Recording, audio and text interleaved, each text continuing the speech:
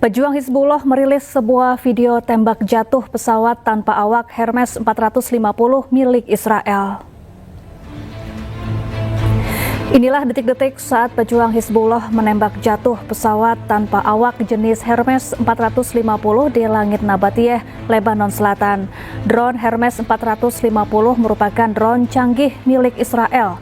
Pejuang Hizbullah tidak merinci senjata yang digunakan untuk menjatuhkan pesawat intai tanpa awak milik Israel.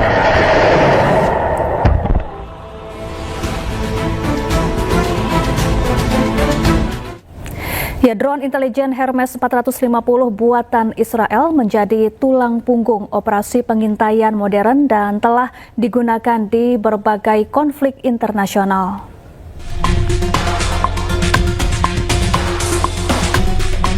Hermes 450 merupakan pesawat tanpa awak yang dikembangkan oleh perusahaan Elbit Systems Israel dan mulai dioperasikan sejak akhir 1990-an. Drone ini digunakan untuk misi pengintaian, pengawasan, serta pengumpulan data intelijen secara real-time. Secara teknis, Hermes 450 memiliki panjang sekitar 6 meter dengan rentang sayap 10,5 meter dan bobot maksimum mencapai 500 kg.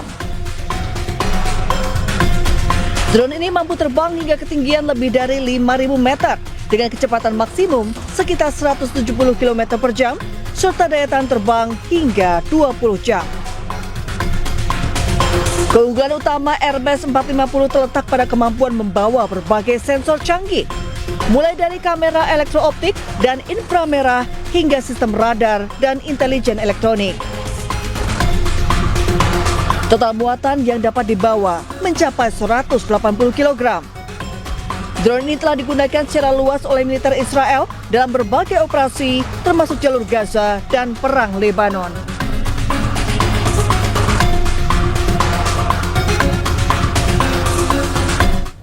Meski Israel terus menyerang fasilitas militer di Lebanon Selatan, namun Hizbullah tak menyerah.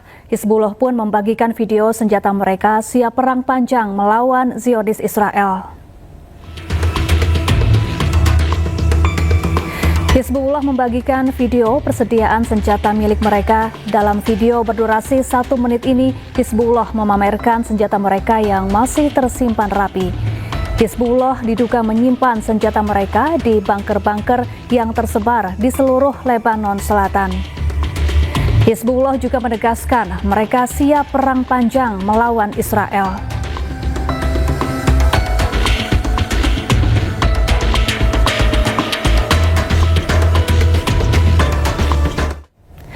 Wakil Presiden Iran Mohammad Reza turun ke jalan ikut aksi rakyat. Wapres Iran turun ke jalan untuk mendukung pemerintah dan angkatan bersenjata negaranya. Wakil Presiden Iran Mohammad Reza menemui demonstran di jalanan Teheran, Iran. Masa aksi turun ke jalan mendukung pemerintah dan angkatan bersenjata Iran yang tengah berperang melawan Israel dan Amerika Serikat. Perang Iran melawan Amerika dan Israel ini terjadi sejak 28 Februari 2026 atau sekitar 2 bulan lebih. Gencatan senjata saat ini masih berlaku dan sempat diperpanjang sepihak oleh Amerika Serikat.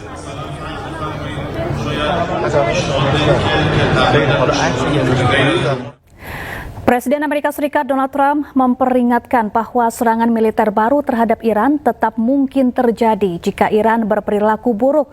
Di sisi lain, militer Iran mengunggah sebuah rudal besar yang ditulis dalam keterangannya adalah sebuah nuklir.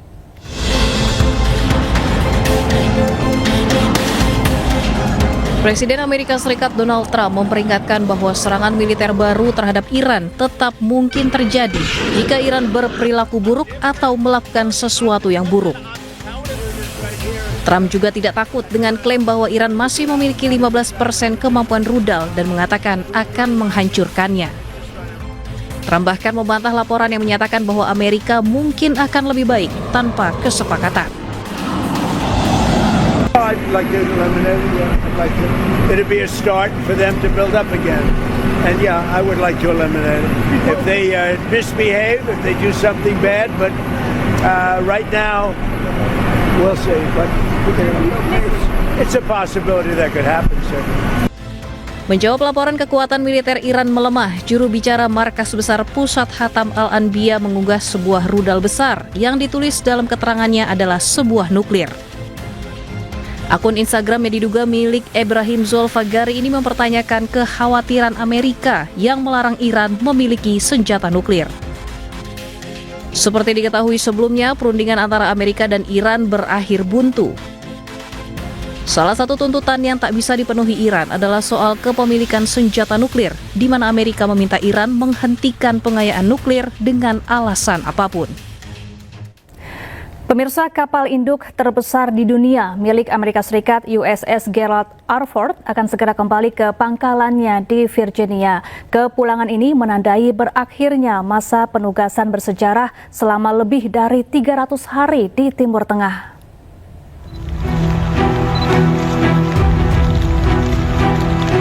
Kapal induk terbesar di dunia milik Amerika Serikat USS Gerald R. Ford akan segera kembali ke pangkalannya di Virginia, Amerika Serikat. Kepulangan ini menandai berakhirnya masa penugasan bersejarah selama lebih dari 300 hari di Timur Tengah. Kepergian USS Gerald Ford akan meninggalkan dua kapal induk Amerika, USS George H.W. Bush dan USS Abraham Lincoln di Laut Arab. Sebelumnya, Komando Pusat Amerika Serikat menyatakan untuk pertama kalinya dalam beberapa dekade, 3 kapal induk AS beroperasi secara bersamaan di Timur Tengah. Didampingi sayap udara kapal induk mereka, ketiga kapal induk tersebut mencakup lebih dari 200 pesawat dan 15.000 pelaut dan marinir. Selain itu, USS Gerald R. Ford menjalani perbaikan setelah mengalami kerusakan akibat kebakaran di ruang cuci yang melukai beberapa pelaut karena menghirup asap.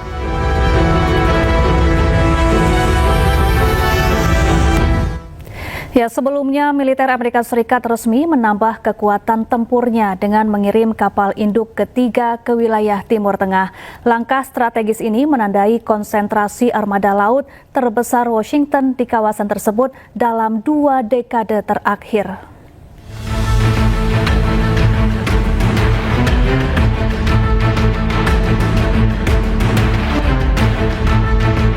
Dalam unggahan di media sosial X, Komando Pusat Amerika Serikat atau CENTCOM menulis untuk pertama kalinya dalam beberapa dekade, 3 kapal induk beroperasi di Timur Tengah secara bersamaan.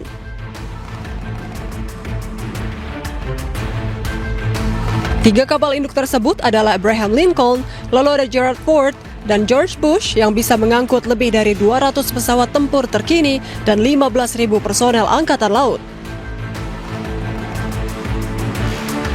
Pesawat unggulan yang bisa lepas landas di kapal induk tersebut diantaranya pesawat legendaris F-18 Super Hornet, lalu ada pesawat terkini jenis siluman F-35 Lightning II, serta pesawat komando kendali dan peringatan dini Hawkeye.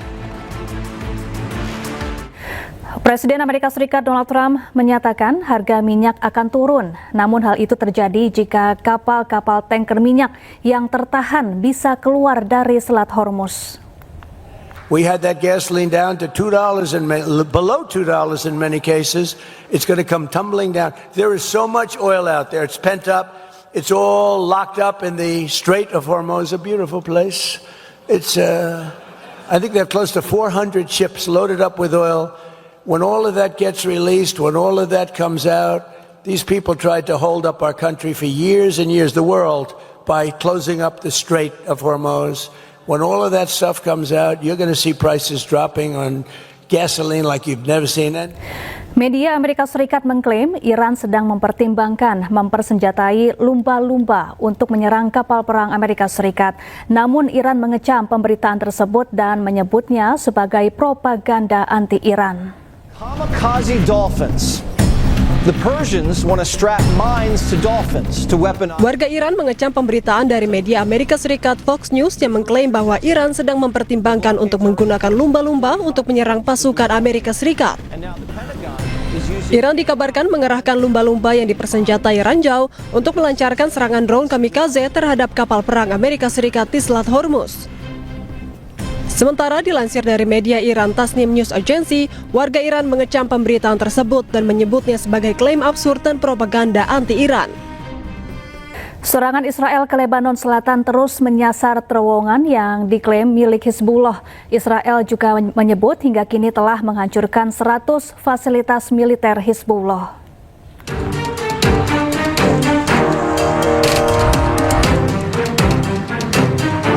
Israel terus meluncurkan serangannya ke Lebanon Selatan. Kali ini Israel mengklaim menyasar fasilitas militer milik Hizbullah. Serangan tak hanya melalui udara, tetapi juga jalur darat. Tentara IDF merangsek masuk ke permukiman warga di Lebanon Selatan. Tank milik Israel pun menghancurkan benteng-benteng yang diduga milik Hizbullah. Militer Israel mengklaim telah menghancurkan lebih dari 100 fasilitas militer milik Hizbullah.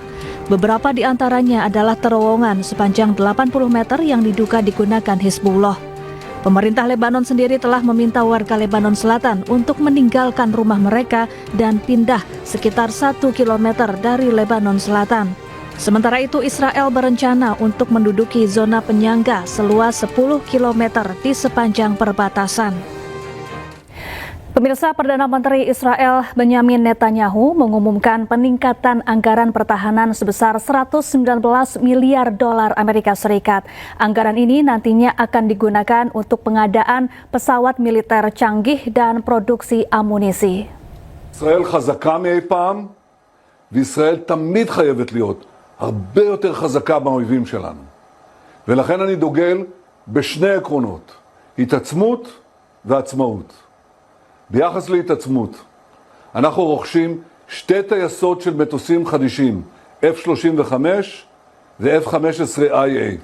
המטוסים הללו מחזקים את העליונות האווירית הישראלית המוחצת, עליונות שהוכחה גם בעמק לביא ועכשיו בשאגת הארי. הטייסים שלנו יכולים להגיע לכל מקום בשמי איראן, והם ערוכים לעשות זאת אם יידרשו לכך. יש לנו מטוסים אדירים, יש לנו טייסים אדירים. וביחס לעצמאות, הנחיתי להשקיע ביכולת ייצור עצמי של חימושים. בעשור הקרוב אנחנו נוסיף 350 מיליארד שקל לתקציב הביטחון, וזאת כדי לייצר את החימושים הללו בארץ, ולא להיות תלויים בחוץ לארץ. במקביל נפתח כלי טייס פורצי דרך תוצרת כחול לבן. זה ישנה את כל התמונה. ובאשר לרחפנים, לפני כמה שבועות הוריתי על הקמת פרויקט מיוחד לסיכול איום הרחפנים. וכבר היום יוצג לי דוח התקדמות בנושא. זה ייקח זמן, אבל אנחנו על זה. אנחנו נמשיך להבטיח את עליונות ישראל בכל הזירות.